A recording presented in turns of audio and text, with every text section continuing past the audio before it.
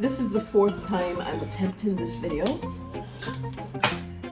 First it was about menopause, then it was about comparing how depression is looked at in the Caribbean and the UK, then next it was about something to do with remembrance, and now we're here. Let's go.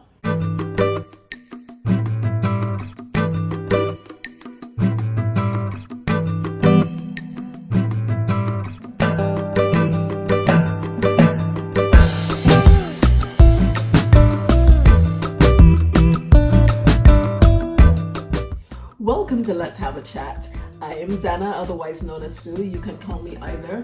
If you've been here before, thank you so much for returning. And if you are here for the first time, a special welcome to you.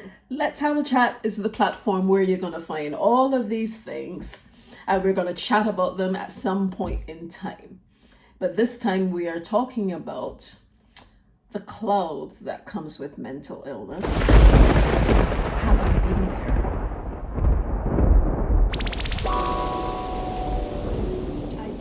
All these wonderful plans about doing this specific video and then that specific video. I actually recorded them and then I deleted them because it just wasn't flowing for me. And then ultimately a cloud came over me. Now, I don't know if anyone out there knows about this cloud, but if you do, please comment in the comment section and let me know your story.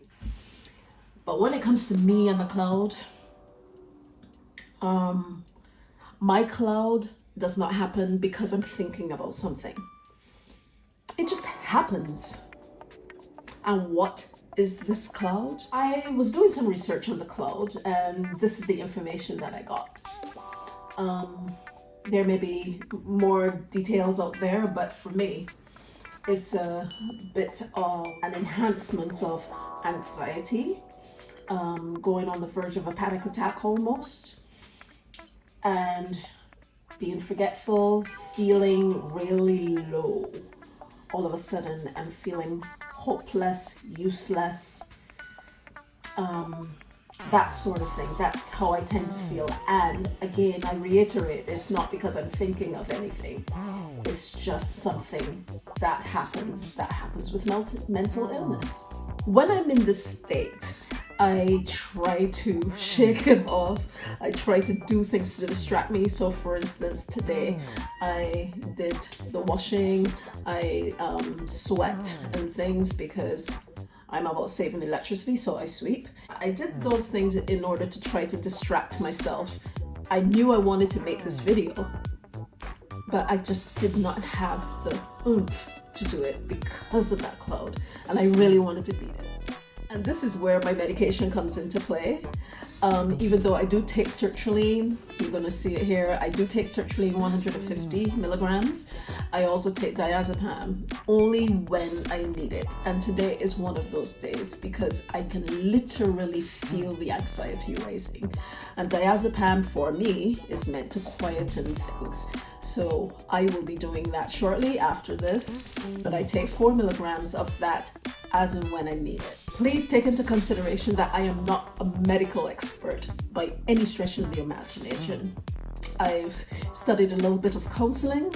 I did some life coaching training, but I am not a medical professional. So please, if you do feel away, you're not feeling quite yourself, please talk to your medical professional and let them chart your journey. So when we are more specific about the purpose of this video, targeting folks like myself, folks who are menopausal, folks who are middle-aged, folks who are women, Caribbean heritage, where you don't really talk about mental health and all that sort of thing back there, or even menopause or anything for that matter when it comes to really touchy subjects. Coming from that into a different environment where you talk about it more, not enough, but it's definitely better than previous. Even that I have to navigate as I try to come to grips with the fact that it's okay to have a cloud sometimes. And that's one of the reasons why I fight it, because I'm still coming to terms with that. However, I must tell you, fighting it does not help. It just prolongs the pain. It makes it worse in some cases. Remember that if you do have medication, it's okay to take it according to how your doctor would have told you. And it's okay to just stop. You can have a whole lot of things going on around you. The place is a mess. You need to iron, whatever. Stop and meditate, breathe, do something that will bring you joy, or just lie down, have a nap. Take care of yourself in this time when you feel that cloud coming on, because it is a real thing. It is heralding depression, it's heralding anxiety. So you need to take really good care of yourself. One last thing, in the Caribbean, obviously it's near the equator, so you do not get the big changes in weather or season that you would get, like say here in Europe where I am. Therefore, you have more sun. Generally, it's either more sun or you have a rainy season, hurricane season. So the change in emotions, the change in attitude, the change in energy is not as great as in Europe or as in anywhere that as you get further away from the equator. At this time of year, when you're heading into autumn and going into winter, it can be stressful. You can get something called S.A.D, or seasonal affective disorder. And here is a whole long explanation for seasonal affective disorder and all the things that are included in it, including feeling low, including having those clouds, including having depression and anxiety, panic. And it can also affect folks who don't normally have mental illness to contend with. It is at this time that you do things to bring comfort to yourself, just like if you're dealing with mental illness all year around, with the exception of one thing, but I'll get to that in a minute. But things like trying to make yourself comfortable, thinking pleasant thoughts, doing your favorite things, bringing your favorite candles, favorite scents, meditating, trying to focus on a noise far away, focus on birds, something like that. Anything that will bring you to a place of calm and peace, and just dialing out that feeling within yourself. The addition, however, when it comes to S.A.D, is focusing on vitamin D intake. Personally, for myself, and as I said, I'm not a medical professional, I'm just talking about my circumstances. Personally, for me, quite a few years ago, I went to the doctor at this time of year for something else, and some blood tests were taken, and I had absolutely no vitamin D in my system, which is bad. Vitamin D helps with these things, which means it helps with your ability to defend yourself against illness, your ability to have energy and do things and be more alert, a whole list of things. And I didn't have the vitamin D, and I was getting very ill. I am an asthmatic, so I tend to get more ill at this time of year, but I was extra bad.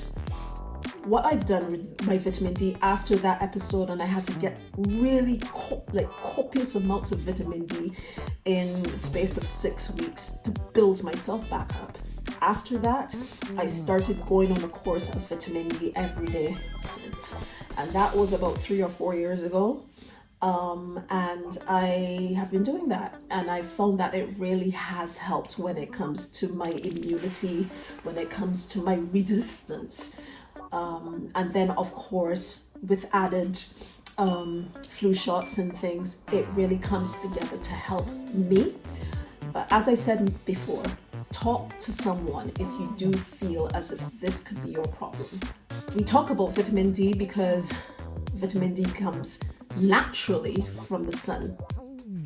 So when we come to winter, the days get shorter, the darkness, there's more darkness than light, it gets cloudier, more dismal, so you're not getting that vitamin D.